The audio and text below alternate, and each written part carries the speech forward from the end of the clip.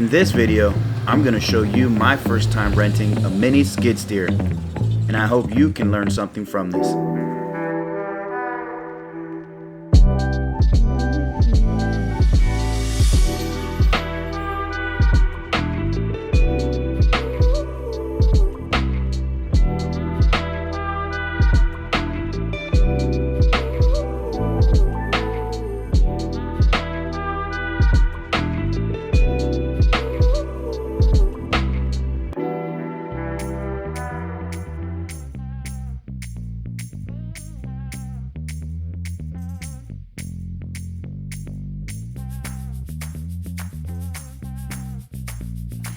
Here we got a grass and dirt removal job, and before you go in the comment section ripping me up, the back of that wall is this homeowner's property, and he wanted me to just dump the dirt over the wall.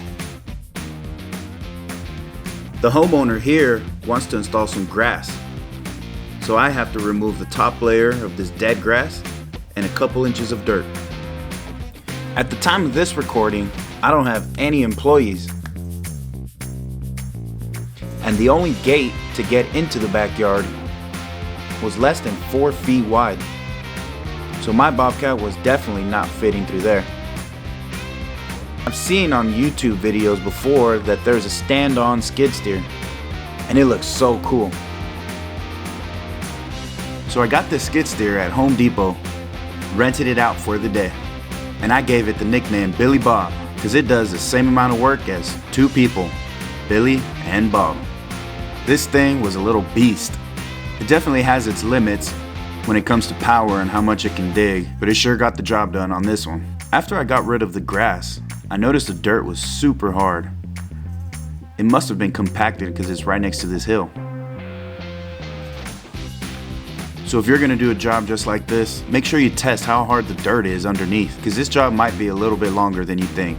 I've never used a mini skid steer like this before, but it was pretty easy to learn. If you're gonna rent equipment like this, make sure you give yourself enough time to learn how to use the equipment and learn how to use it well.